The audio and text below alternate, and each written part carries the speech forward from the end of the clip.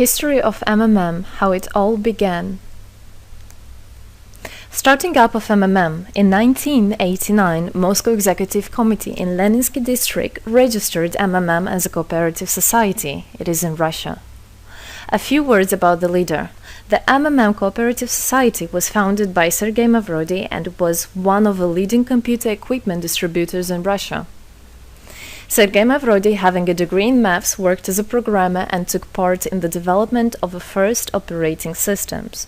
A few words about his decision to make his own company is the fact that having worked as a simple worker from 8 to 5, he understood that freedom is the most important for him, because that work of 8 to 5 is literally a slavery. At any point, at any time, the company can throw you out and you'll be left without nothing, although you could have worked in that company for years and years. So he realized it. This is why he decided to create his own child, and he knew whatever his efforts will be, it will come back to him in form of dividends and income.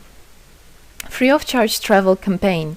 In 1992, the brand became universally recognizable after Mavrodi offered several times to all the residents of Moscow a day of free of charge travel in metro, Moscow subway. Pretty smart. Birthday of MMM. On October 20, 1992, the joint stock company MMM was registered. In fact, it is a birthday of MMM in the traditional form in which people got used to consider it.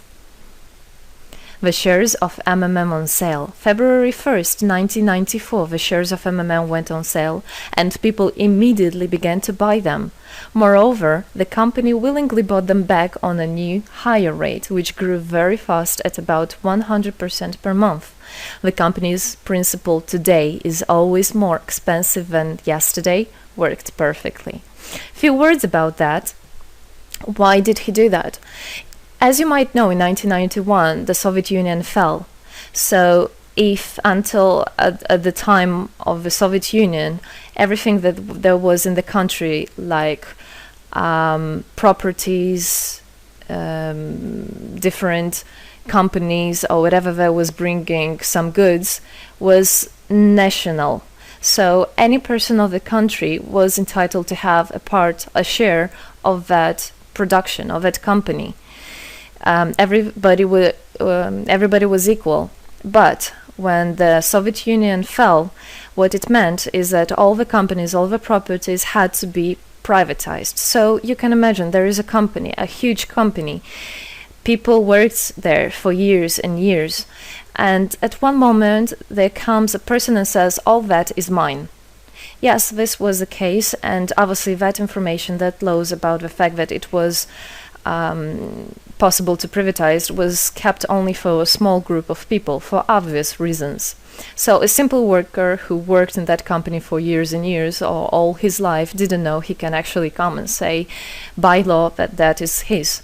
So what genius idea Sergei Mavrodi had is to sell these shares to gather the money of the people, and with this money to buy those companies. So basically, if a person has an MMM share, he would have had an exact share from the company that Sergei Mavrodi bought. For example, a company from oil and gas or something else. Obviously, he knew perfectly which companies are worth it and which companies were not. There was quite a battle there. So as you can see, his idea was great, but let's see what happens. Government is trying to hinder MMM's activities. Surprise, surprise.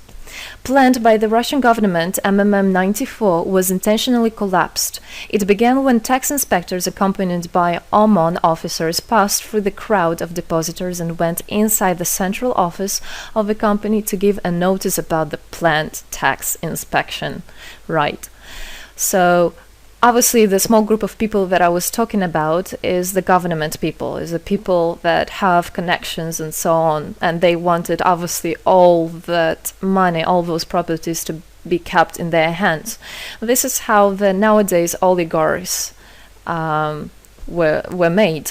At that moment, they had nothing. In one day, they got loads of money. And now you can know them as very rich people who made their money on the back of a nation. So obviously they did something just to provoke some panic going through the crowd. Obviously, for any financial institution, a panic is really bad. As I remind you, at that time, MMM was selling shares, was a share stock company, let's say. Mavrody's arrest. Sergei Mavrody was arrested on tax evasion charge. Really lame excuse. It wasn't at all like that. What happened, even the person that was in charge with giving the arrest, he told him that there was no other option for them. They had to do something, even though it was illegal what they were doing, but they had to do it as they were afraid of him. Because, as he said, another 2-3 months and in whole Russia there would be no government, no banks, nobody, only Sergei Mavrody, that who holds the money nowadays. This is in charge. So he was arrested, and his arrest was broadcasted live on all TV channels, obviously to show off more, to show people how bad he is, and actually the government didn't do anything wrong. On the same day, there was a storm of the central office of MMM. The company was prescribed to recover 49.9 billion rubles to the budget. Huge money. The question about the money in MMM 94 is open, as no one still can give an answer where it is. The authorities simply turned a blind eye to it, although hundreds of eyewitnesses are ready to confirm, even under oath in court, that they saw 17 trucks take out cash through the back door. So unfortunately, at that time, there was no internet, no bitcoins, no other internet wallets, and all the money were obviously kept in cash in the MMM offices. And the government took advantage of it. They just came, took it out, and then they said nothing. Moreover, they didn't say where the money went. They even made the way to make people believe that Sergei Mavrody was the one who took all those 17 trucks of money and disappeared. But obviously it wasn't the case. It was a simply lame excuse. Demonstrations against state authorities. August 1994. Thousands of MMM depositors affected by the artificial collapse of the pyramid protested and demanded to set Mavrody free. Actually, Mavrody could have used his powers and do bigger protests, but he decided not to do that, as that would made as obvious a different protests of this type. Could be people injured or even killed, so he decided not to use people in this purpose. It was very noble from him to do that. MMM leader became a deputy. However, he found a way to get out of the prison. Being imprisoned, Sergei Mavrody had managed to register as a candidate for a deputy of the State Duma and was released from prison. He won the elections by a landslide and became the deputy of the State Duma of the first convocation. So, as a deputy in Russia, they have privileges. This is why, becoming a deputy, he was set free. The State Duma is against Mavrody. Surprise, surprise! The State Duma deputies deprived Sergei Mavrody of his deputy plenary powers due to his permanent absence at the Duma's meetings. That incident was the only one in New Russia's history. Sergei Mavrody wasn't interested at all in politics. It's not, he hates politics, as he said it many times.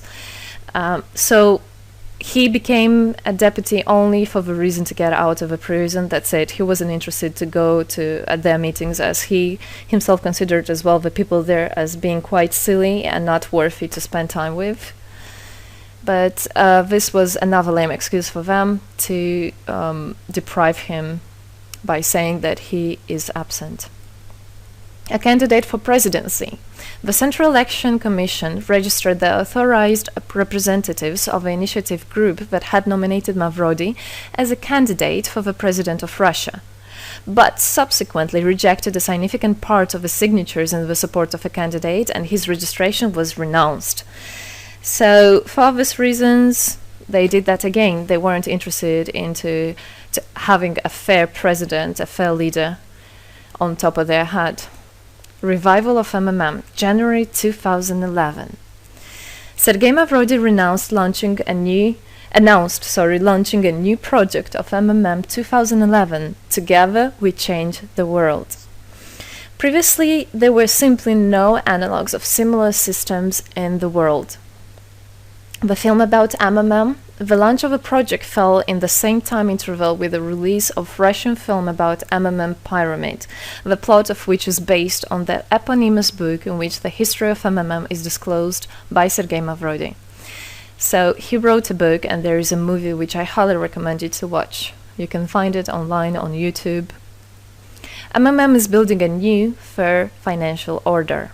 June 2012, the activity of MMM made a lot of banks collapse and a huge outflow of funds from deposit accounts happened. The system numbered more than 35 million members at the time. For obvious reasons, the fight against the system started. It suffered the same fate as MMM 94, eventually collapsed.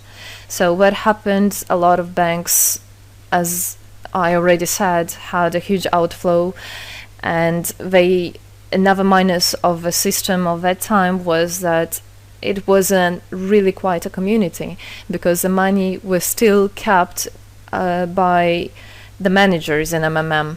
So it wasn't the same idea as it is now, comparing it now, where people exchange money between themselves. You don't need to put it in a central account. At that time, there were central accounts, and it was again used by the banks. They simply blocked those accounts that they identified as being of MMM and took all the money away, and that's it. There were no other discussion about that. Again, huge loss of money. People lost a lot of money. Sergei Mavrodi didn't get all of them. It was again the banks that took the advantage of it. MMM 2012 is just the beginning. I'll be back. Sergei Mavrodi announced the launch of a completely new MMM, World Mutual Aid Fund, MMM community. It speeded up since the first day, showing crazy dynamics on new members' registration. It has been decided to send 10% of the whole turnover on payments to the affected members of MMM 2011. So again, another genius idea. In order not to make central accounts, in order not to gather the money somewhere, now the money are spread directly between participant itself. You can just check in your account online whom you should transfer the money to. So MMM now is connecting all the people between themselves and exchange, so that they can exchange the money and get benefits of it. It's amazing and it's crazy, but it is true. MMM is growing. Some short facts. 2012, MMM started its development in India. It had great, huge developments. 2012-2013, following India, MMM Bangladesh was launched as well. 2013, MMM Indonesia was launched. 2014, MMM Hong Kong. And it's not the end. MMM Global, 2014. MMM Global started up in the spring 2014. It is a voluntary network, a community of millions and millions of people from more than 100 countries worldwide. So there is already MMM settled in Argentina, Brazil, Philippines, Hong Kong, and other. And all the rest of people in the world from all the countries of the world are able to participate as well. So they rebelled against the financial slavery and combined their money for this purpose. So how it is possible? MMM, the Republic of Bitcoin. Bitcoin is another genius idea to set the world free. For MMM Global participants' convenience, there were some 20 ideas on funds transfers implemented. From now on, all the countries where you can buy and sell Bitcoins can be registered in a branch of Free People of the Republic of Bitcoin. Thus, there is no barriers to develop MMM in small countries due to their restrictions on the international bank transfers. Banks. This is not something that we would want to use, as the banks can anytime put restriction on an account or even block an account and take all the money. Yes, the banks can do that. Read better your contract. So, Bitcoins is really genius idea to do that.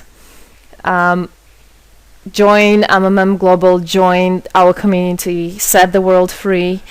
Don't hesitate, don't even think of going back, just go always forward. We are writing the history right here and right now. We are not going to be any more slaves working from 8 to 5, having pennies for that.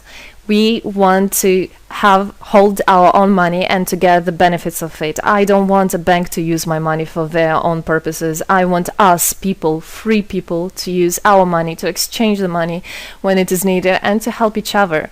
This is really a great idea. And join us, write the history here today with us, and together we will indeed change the world.